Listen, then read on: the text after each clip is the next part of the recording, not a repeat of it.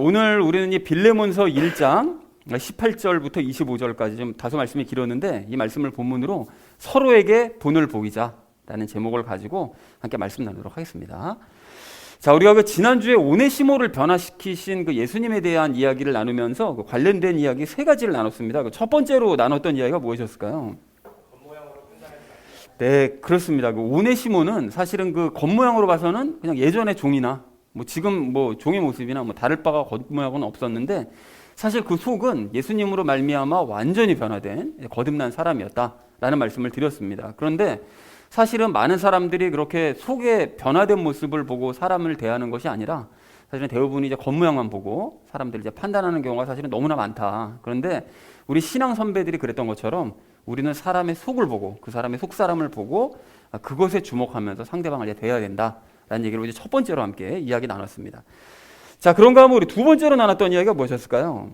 예수님의 일하심을 인정하자. 네, 그렇습니다. 그 오네시모가 사실에 변화된 것을 그 빌레몬은 전혀 모르고 있었습니다. 그러니까 자기로부터 도망치고 심지어 재산까지 가지고 도망친 그 오네시모가 그렇게 변화되리라고는 전혀 상상을 못했는데 사실은 예수님께서 그렇게 하셨던 것은 빌레몬에게 이 일을 망치지 않기 위해서 알리지 않으시고 일을 진행하신 것이다 라는 얘기를 했었죠. 그런데 예수님께서는 종종 우리가 이제 두려워할까봐 또는 일을 망칠까봐 종종 우리에게 이제 얘기를 안 하시고 일을 진행하시다가 나중에 알려주시는 경우가 종종 있습니다. 그래서 우리가 어떤 일을 만나면 당황하지 말고 예수님께서 그동안 일을 진행해 오셨다가 지금 나에게 알려주시는 것이로구나 라는 사실을 우리가 인정을 하시되 이 일이 엉망으로 진행될 것이 아니라 반드시 좋은 방향으로 나아갈 것이다 라는 사실을 우리가 신뢰하는 우리가 되어야 된다고 그랬습니다. 하지만 조심할 것이 있다고 그랬죠. 예수님께서는 그렇게 우리 몰래 행하실 수 있지만 우리가 서로가 서로 일을 할 때는 사람에게는 반드시 서로 알리면서 행해야 된다. 왜냐? 우리는 부족한 사람이니까요. 존재니까요. 그걸 이제 기억해야 된다는 얘기를 두 번째로 나눴습니다. 자, 그런가 하면 마지막 세 번째로 나눴던 이야기가 무엇이었을까요? 반전의 삶을 기대하자. 그렇습니다. 그래서 우리가 그 지난주에 사자성어하고 세옹지마를 이야기를 나눴는데 그 믿지 않는 사람조차도 인생을 살다 보면 좋은 일, 때로는 뭐 굳은 일, 뭐 이런 일들이 반복된다는 것을 그냥 체험적으로 안다고 얘기를 했습니다. 그런데 믿는 사람들에게는 이러한 반전의 역사가 더 자주 일어나죠. 그리고 우리는 왜 반전이 일어나는지 그 원인과 그 결과까지도 다 알고 있습니다. 그래서 우리가 예를 들었던 것이 여호수아였는데 여호수아가 계속 반전을 경험했었죠. 그 여리고 그 가나안 성을 점령을 할 때, 근데 가나안 땅을 점령할 때 순종하면 기쁨의 반전이 일어나고 또 불순종하면 슬픔의 반전이 일어나는 이런 상황을 이제 우리가 쭉 보면서 옛 습관을 버리게 하시기 위해서 예수님께서 이렇게 행하시는 것이므로 우리도 열심히 이제 순종해서 기쁨의 반전을 체험하는 삶을 살아가자라는 얘기를 마지막 세 번째로 함께 나눴습니다. 자, 그래서 사랑하는 우리 나눔 있는 교회 성도님들 모두는 사람이든 여러분 사건이든 어떤 사물이든 겉모양만 가지고 판단하려는 마음 여러분 버리시기 바랍니다. 대신 반전의 역사를 일으키실 그 예수님을 늘 기대하시는 저 여러분 되어주시기를 다시 한번 주님의 이름으로 간절히 축원드립니다. 지난주는 예수님의 반전의 역사에 대해서 반전을 일으키시는 분이시다라는 그런 것에 대해 말씀을 드렸다면 이번 주에 나눌 말씀은 성도들 간에 보여야 될 모습에 대해서 말씀을 하세요. 어떤 모습을 서로가 보여줘야 되느냐 이것에 대해서 말씀하고 계십니다. 그래서 이번 주 전체 주제를 이렇게 잡았는데요. 서로에게 이제 본을 보이자라는 주제를 가지고 각절 말씀 우리 나누는 시간 갖도록 하겠습니다.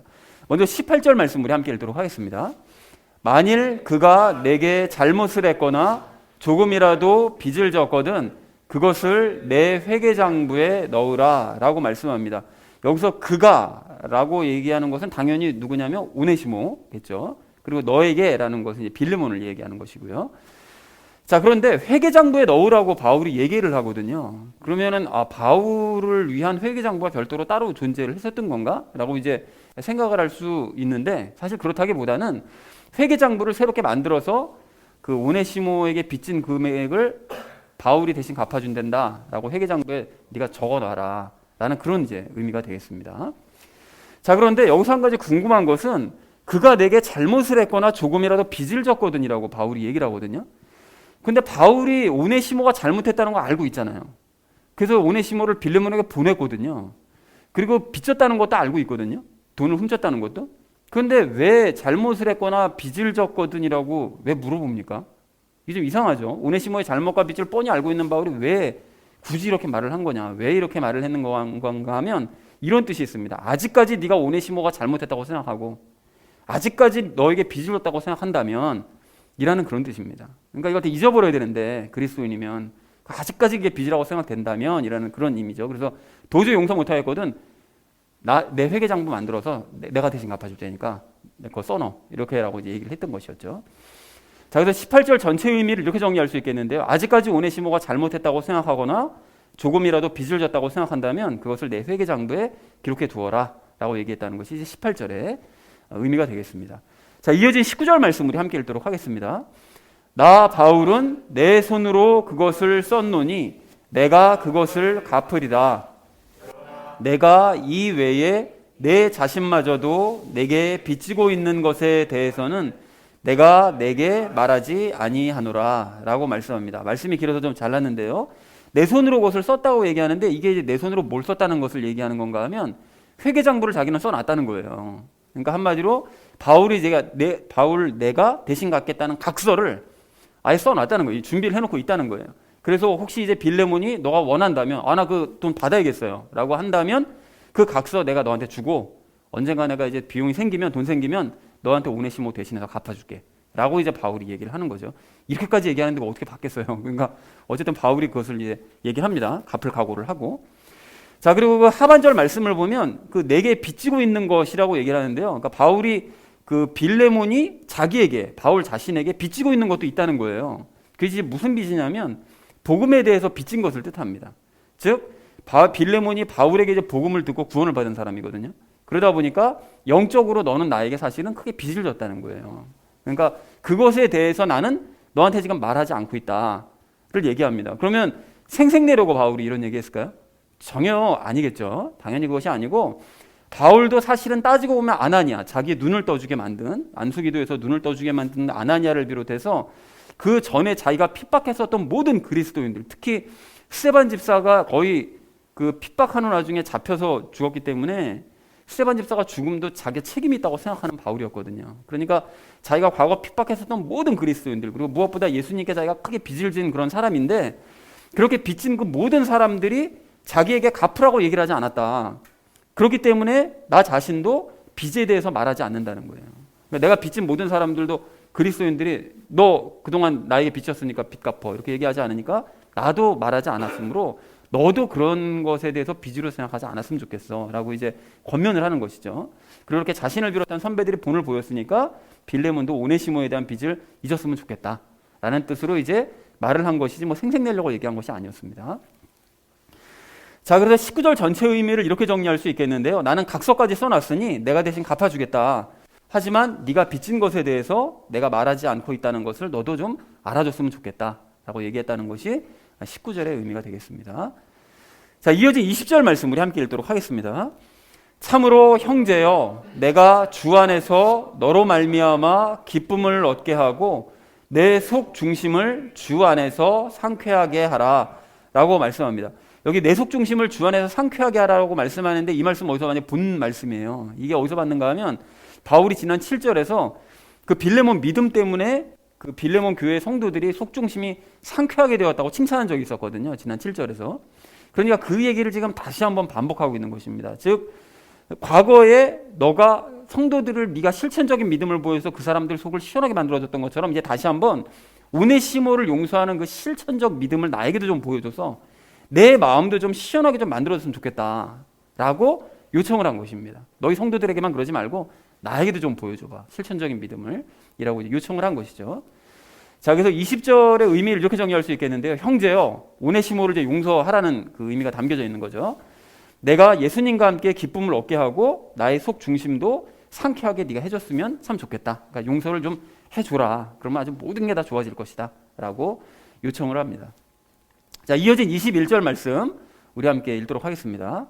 나는 내가 순종할 것을 확신함으로 내게 썼으며 또한 내가 말하는 것 이상으로 내가 행할 줄을 아노라 라고 말씀합니다. 순종할 것을 확신함으로 썼다는 것은 다시 말하면 바울이 이제 빌레몬이 순종해서 오네시모를 용서할 것을 이미 확신하고 있기 때문에 그렇기 때문에 이 편지도 쓸 수 있었다고 얘기를 합니다. 그러니까 그 만약에 이런 용서를 전혀 안 할 사람일 것 같으면 아예 편지 쓸 생각조차 안 했었을 것이라는 거죠. 그리고 또한 내가 말하는 것 이상으로 행할 줄을 안다고 얘기하는데요. 그러니까 말하는 것 이상으로 빌레몬이 행할 것을 이제 기대를 하는 거죠. 워낙 이제 믿음이 좋은 사람이니까 당연히 그렇게 순종하고 따를 것이다 라는 거 이제 기대하면서 얘기하고 있습니다. 자, 그래서 21절 전체 의미를 이렇게 정리할 수 있겠는데요. 나는 빌레몬 네가 순종할 것을 확신했기 때문에 이렇게 편지를 썼고, 또한 네가 말하는 것 이상으로 행할 것을 나는 잘 알고 있다라고 이제 마지막으로 부드럽게 이제 권면을 하고 있습니다. 자, 이어진 22절 말씀 우리 함께 읽도록 하겠습니다. 한편 이 외에도 또한 나를 위해 숙소를 마련하라.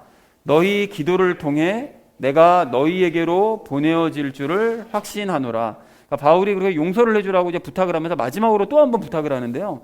내가 너희에게로 보내어질 줄을 확신을 한대요. 이게 무슨 소린가 하면 바울이 지금 감옥에 있잖아요. 근데 감옥에 나온 이후로 언젠가 빌레몬과 그의 성도들을 만날 계획을 가지고 있었어요. 왜요?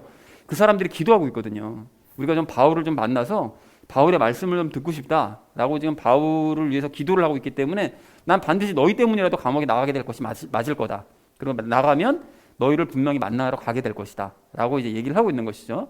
그리고 그때 그렇게 내가 너희를 이제 만나게 되면 숙소를 좀 마련했으면 좋겠다 라고 이제 얘기를 합니다. 숙소를 마련하라는 건 왜 굳이 얘기를 하는가 하면 숙소를 마련하면 거기서 그냥 잠만 자려고 하는 것이 아니라 그곳에서 이제 복음을 전파하는 거죠. 이제 사람들에게. 그런 이제 그 복음 전파의 그 처소를 좀 마련을 해달라고 부탁을 한 것입니다. 그러니까 사실 자기도 빌레몬에게 이제 빚을 지겠다고 말을 한 거예요. 빚을 지겠다고 말을 하고, 그러나 이 빚이 이제 하나님의 일을 위한 빚인 것이죠. 그런데 한편 바울이 이렇게 당당하게 숙소를 마련해라 뭐 이렇게 그 요구를 한 이유가 뭐냐, 이것은 이제 적용 시간에 함께 이야기를 나누도록 하겠습니다. 자, 22절 전체 의미를 이렇게 정리할 수 있겠는데요. 너희가 기도하는 바와 같이 나는 너희에게로 가게 될 것을 확신한다. 그때 너는 나를 위해 숙소를 마련해 주어라 라는 것이 22절의 의미가 되겠습니다. 자, 이어진 23절 말씀 우리 함께 읽도록 하겠습니다.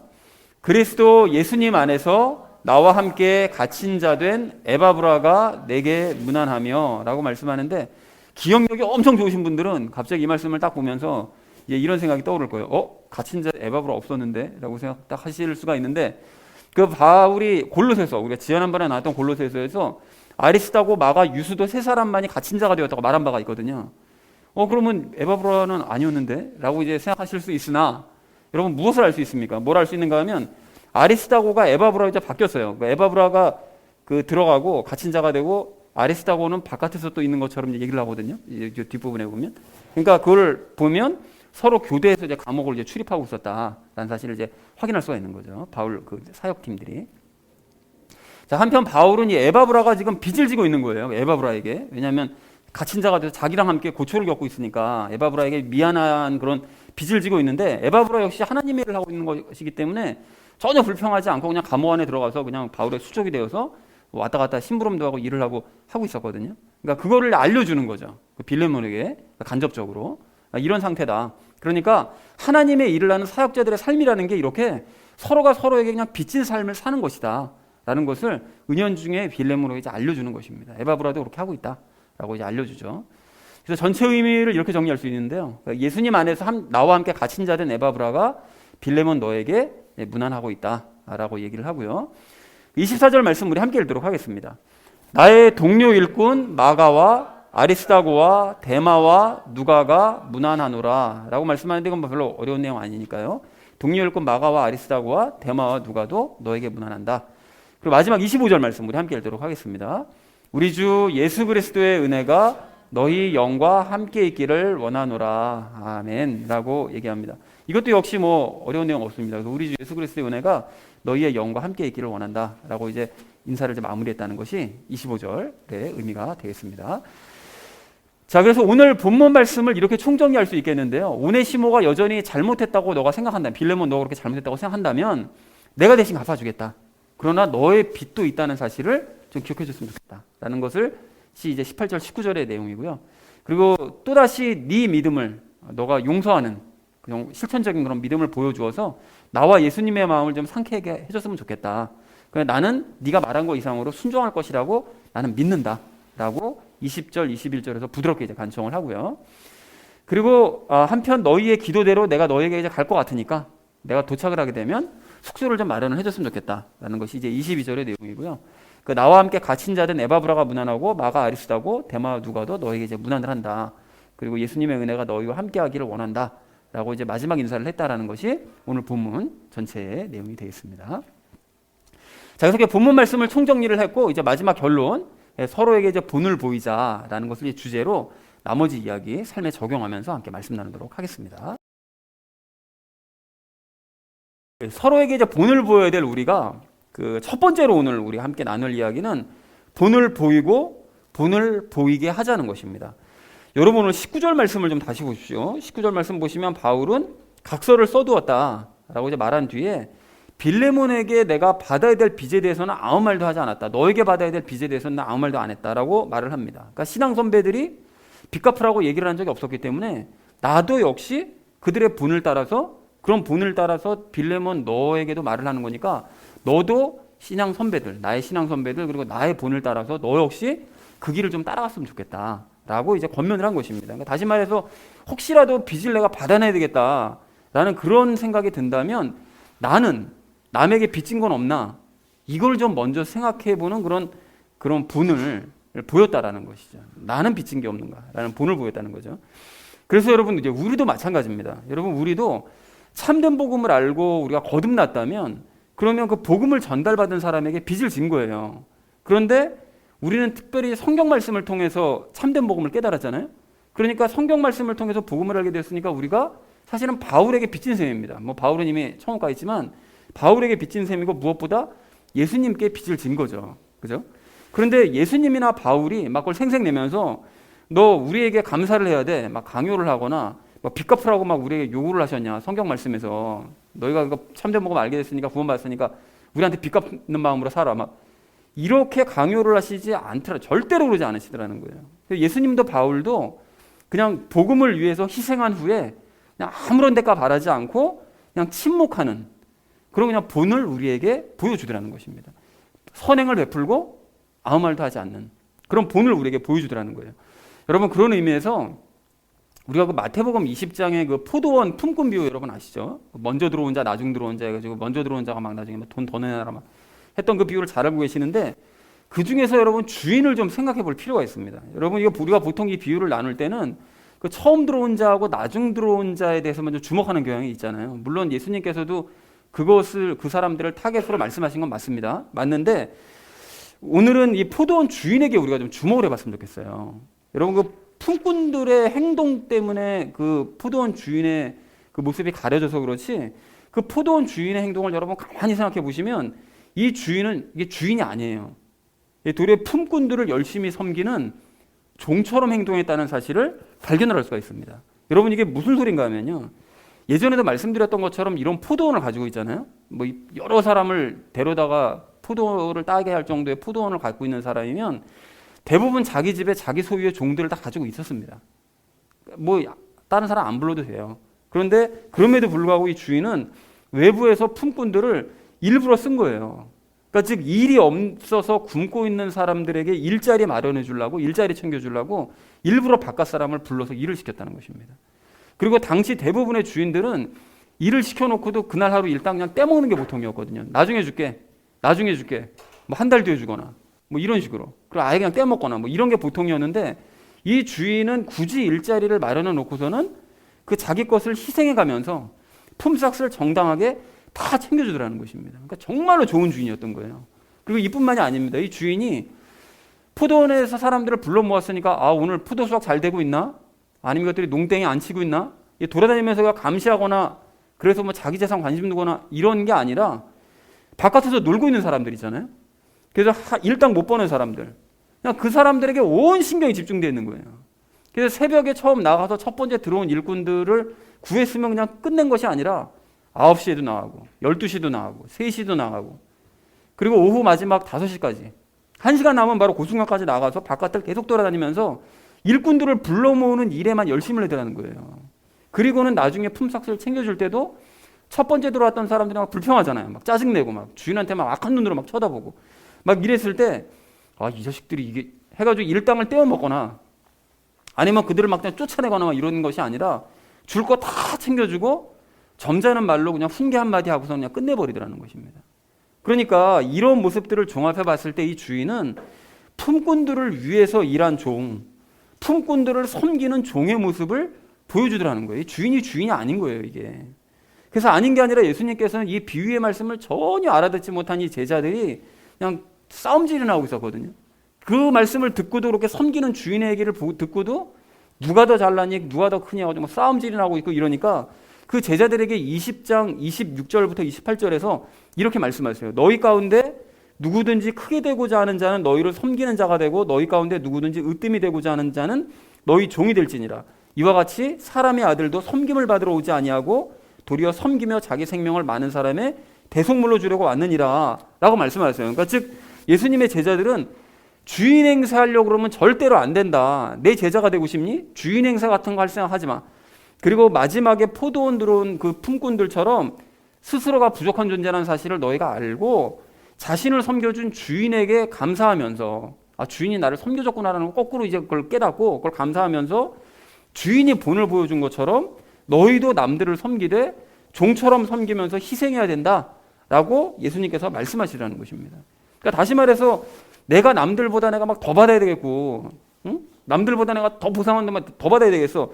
이렇게 목소리를 높이는 사람들이 아닌 주인에게 주목하고 희생하는 주인을 닮아가는 그런 섬기는 자가 되어야 마땅하다. 그것이 진짜 그리스도인이다. 라고 말씀을 하시더라는 것입니다. 그리고는 마태복음 20장 16절에서 쐐기를 박으시는데요. 이렇게 말씀하세요. 부름받은 자는 많으나 선정된 자는 적으니라. 교회로 부름받은 사람들이 엄청 많다는 거예요. 수없이 많은 사람들이 교회로 불러 모으지만 예수님의 이런 가르침이 무슨 의미인지를 깨닫고 구원받을 자로 선정된 자, 주인에게 주목하고 나도 주인처럼 저렇게 섬기는 삶을 살아야지.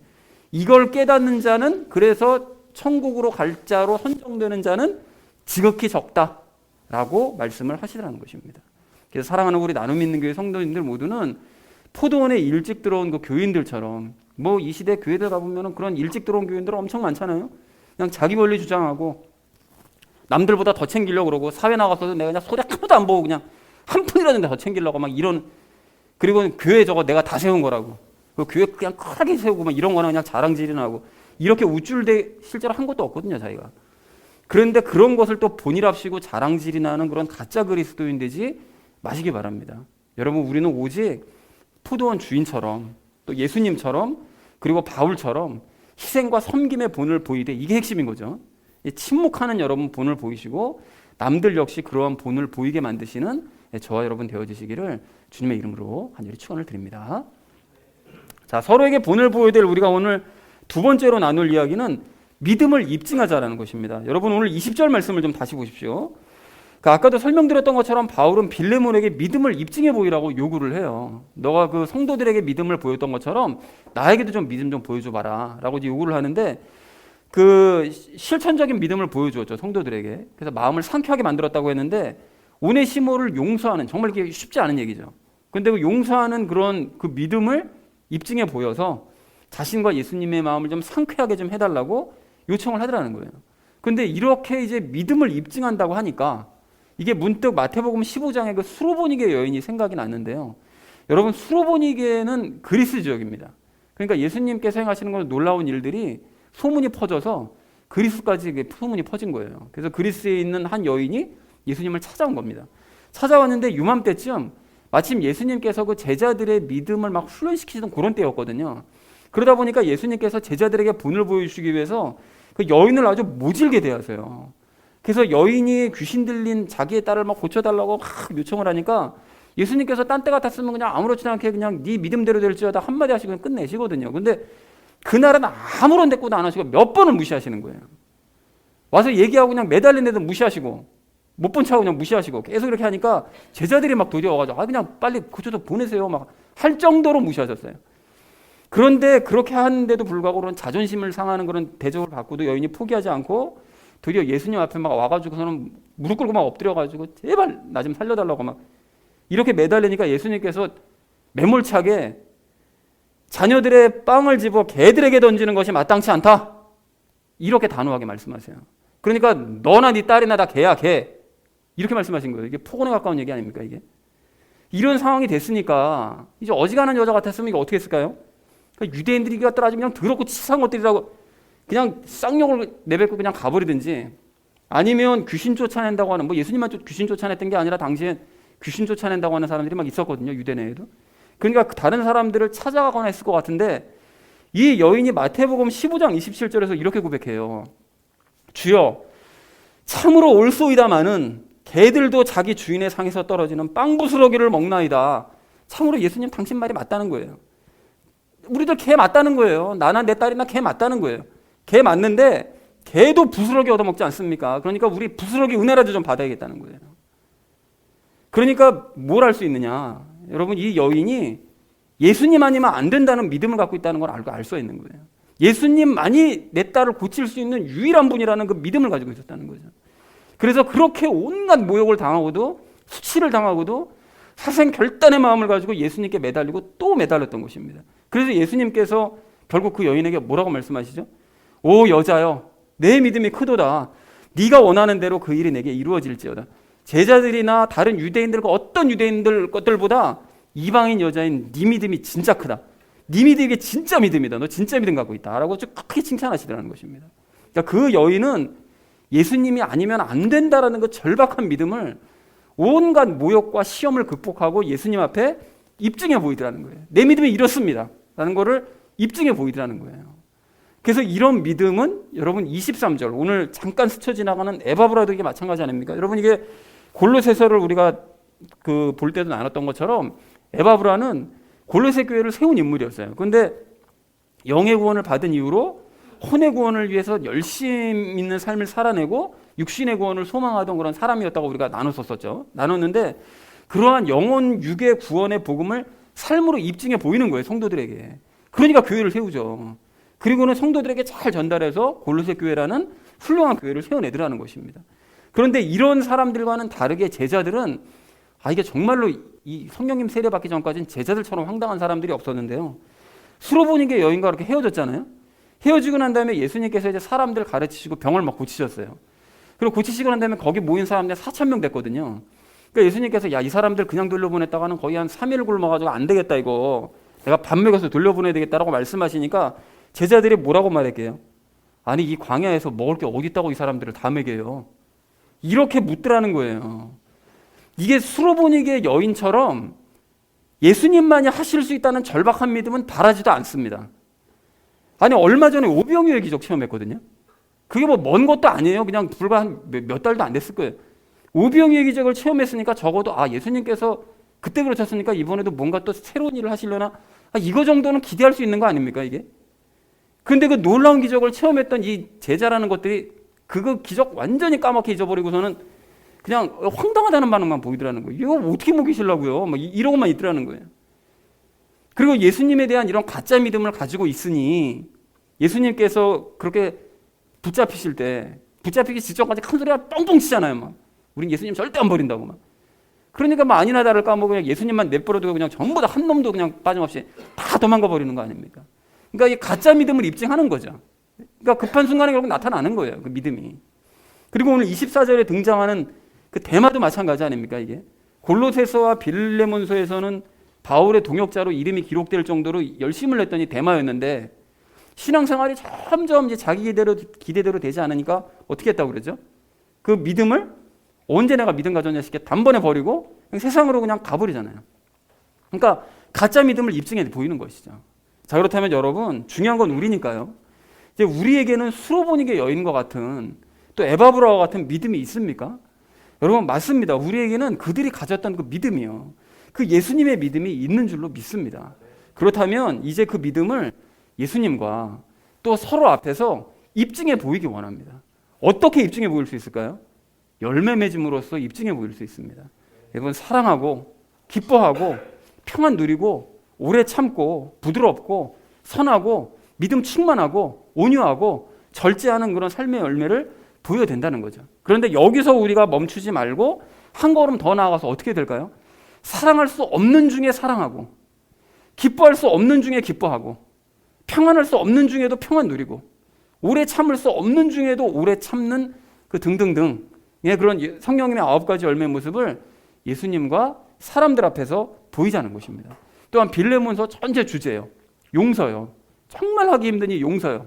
이 용서도 용서할 수 없는 중에 용서하는 그 열매를 작게나마 맺기 시작하자는 것입니다. 그렇게 하셔서 그러한 서로의 모습에 여러분 도전을 받으시고 빌레몬처럼 실천적인 믿음을 입증해 보이셔서 서로의 마음을 상쾌하게 만드는 저와 여러분 되어지시기를 주님의 이름으로 간절히 축원을 드립니다. 자, 서로에게 본을 보여야 될 우리가 오늘 마지막이 아니죠. 세 번째로 나눌 이야기는 말씀을 완성하며 서로를 신뢰하자는 것입니다. 여러분 오늘 21절 말씀을 좀 보십시오.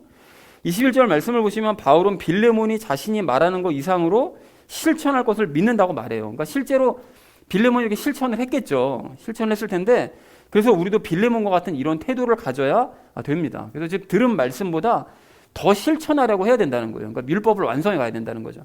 그런 의미에서 여러분 우리가 여호수아를 좀 생각해 보실 필요가 있는데 지난 수요 성경 공부 시간에 제가 잠깐 이제 언급을 했었는데 여호수아는 구약 성경 인물들 중에서 거의 사고를 안 치고 하나님 말씀에 순종했었던 놀라운 인물입니다. 이게 왜 놀라운 거냐? 이게 구약 시대 인물이니까 죄와 연합되어 있는 사람이었잖아요. 그러니까 죄의 유혹을 언제든지 받을 수 있는 사람인데도 하나님의 말씀에 적극적으로 순종한 사람이었어요. 물론 아이성 전투 어제 보셨죠? 아이성 전투를 치르러 갈 때는 하나님께 여쭙지 않고 자세하게 여쭙지 않고 그냥 자기가 힘으로 한번 해보려다가 실패한 뭐 그런 경험도 있고 앞으로는 그 기브온 거민들이 와가지고 뭐 거짓말을 하는데 그 예수님께 하나님께 여쭤보지도 않고 그냥 일 진행했다가 거짓말에 속기도 하고 뭐 이런 경우는 간혹 있긴 하지만 그럼에도 불구하고 여호수아는 실천적인 면에 있어서는 신약 시대 인물들과 거의 빠지지 않을 정도로 비교해도 부끄럽지 않을 정도로 아주 순종적인 인물이었습니다. 여러분 그래서 이 부분은 지지난주에도 말씀드렸잖아요. 모세가 산으로 올라갔을 때 여호수아는 자기 혼자 금식하면서 산중터에 그냥 혼자 머물러 있고 모세가 성막 들어가 있으면은 그 성막과 안뜰에서 그냥 혼자 모세 나올 때까지 그냥 몇 시간이고 며칠이고 그냥 거기서 혼자 그냥 기다리고 있고 가라면 가고 오라면 오고 순종했던 인물이 여호수아더라는 거예요. 그리고 가나안 땅으로 들어가서도 마찬가지잖아요. 하나님께서 여리고성 매일 돌라고 명령하실 때 야 이게 이런다고 여리고성 무너지겠냐 이게 상식적인 사람인 것 같으면 당연히 의심할 거 아니겠어요? 그런데 여호수아는 황당해 보이는 그 명령에 대해서 조금의 의심이나 지체함이 없어요. 바로 제사장들한테 가가지고 야 너 나팔 들어. 언약궤 매 빨리. 그리고 백성들하고 무기든 사람들에게는 언약궤 앞뒤로 호위하면서 돌아 지금서부터. 라고 바로 명령을 내리더라는 것입니다. 그러니까 말씀에 아주 굉장히 적극적으로 순종하는 사람이더라는 거예요. 그리고 여리고성 무너진 다음에는 여리고성 다시 세우지 말라고 그러잖아요. 그 말 왜 했을까요? 신명기서 말씀을 매일 봤다는 걸 알 수가 있는 거예요.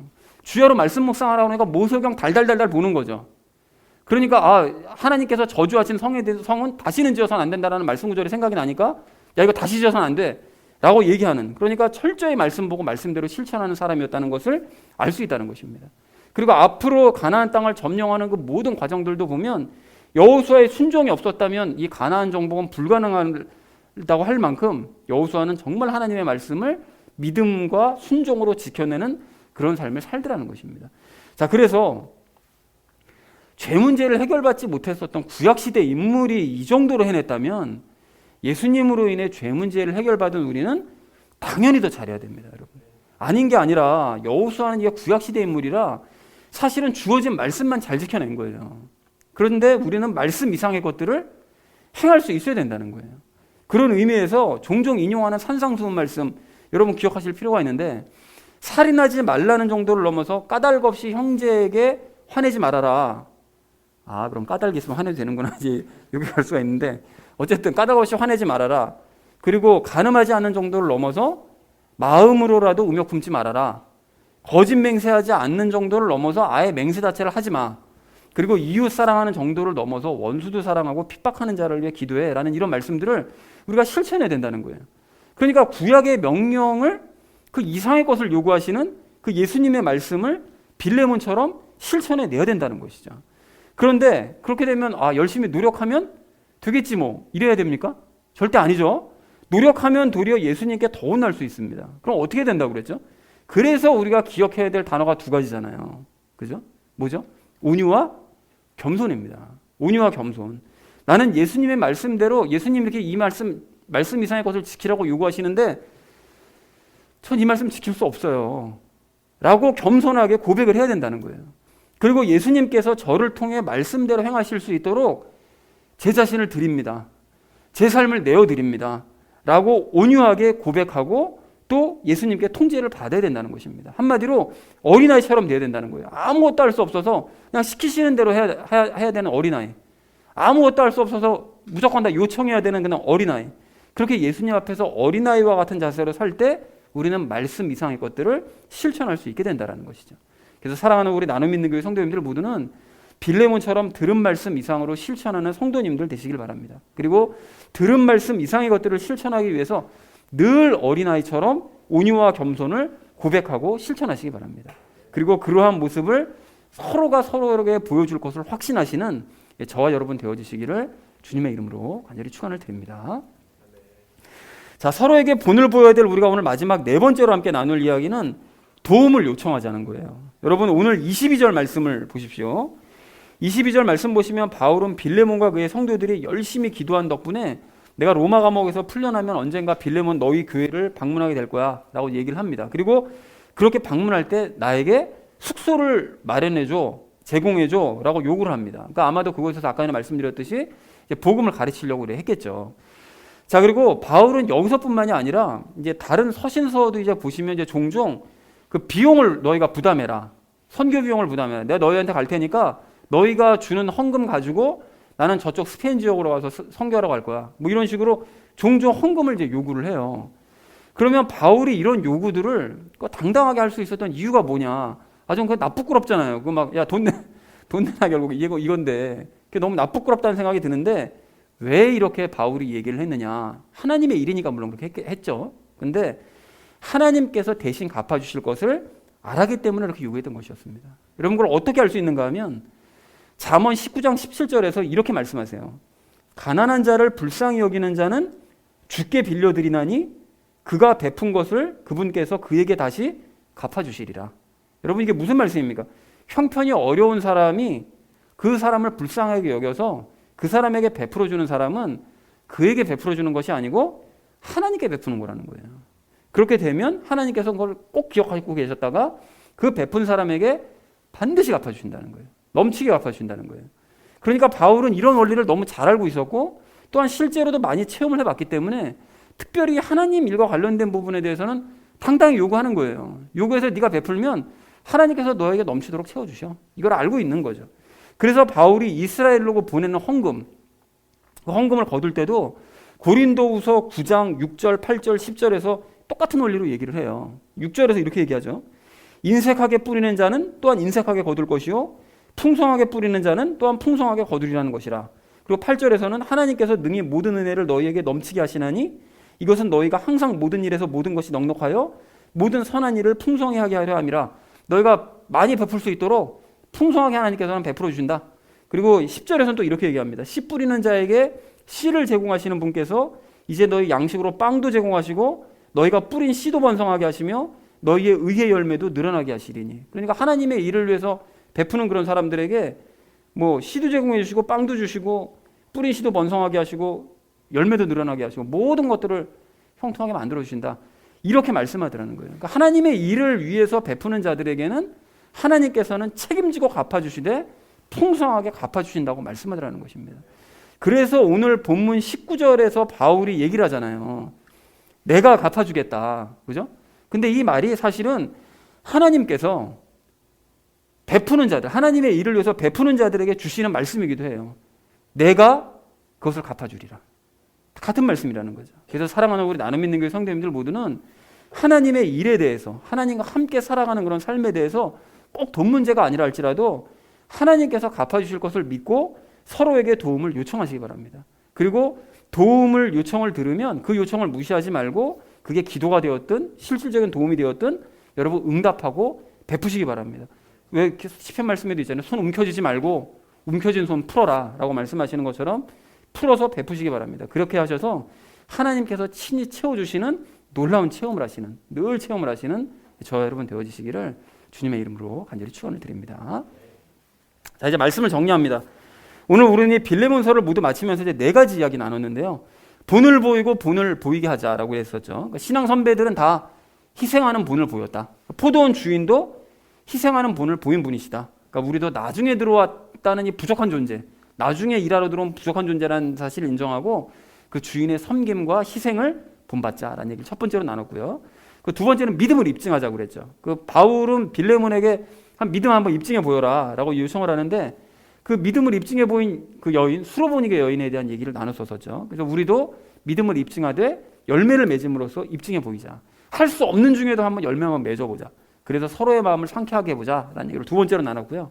그 세 번째로는 말씀을 완성해서 말씀을 완성하면서 서로를 신뢰하자 그랬죠. 그러니까 바울이 빌레몬이 이제 말씀 이상의 것을 실천할 것을 믿었다고 얘기를 하잖아요. 그리고 구약 시대 인물이었던 여호수아 얘기를 우리가 함께 나눴잖아요. 그러니까 우리도 그 이상을 여호수아에게 부끄럽지 않도록 그 이상을 해내야 된다. 그러려면 어린아이와 같이 어떤 자세요? 온유와 겸손의 자세를 가져야 된다. 그래서 그런 모습을 서로 보여줄 것을 믿자라는 얘기를 했고요. 마지막으로 도움을 요청하자고 그랬죠. 바울이 빌레몬에게 당당하게 도움을 요청했던 이유는 하나님께서 대신 갚아주실 것을 알기 때문에 요청을 했던 것입니다. 그러니까 우리도 서로에게 도움을 요청하고 또 들어주자. 그래서 하나님께 체험받는 체험을 하자라는 얘기를 우리 나눴습니다. 제가 사랑하는 우리 나눔 있는 교회 성도님들 모두는 오늘 이제 빌레몬서를 이제 모두 마치시면서 서로에게 본을 보이는 오늘 함께 나눴던 그런 이제 본을 보이는 삶을 살 것을 여러분 다짐하시기 바랍니다. 그리고 실제로 그렇게 행하고 열매 맺으셔서 서로를 신뢰하고 하나님께 영광을 돌리시는 저와 여러분 되어주시기를 주님의 이름으로 간절히 축원을 드립니다. 우리 함께 기도하겠습니다.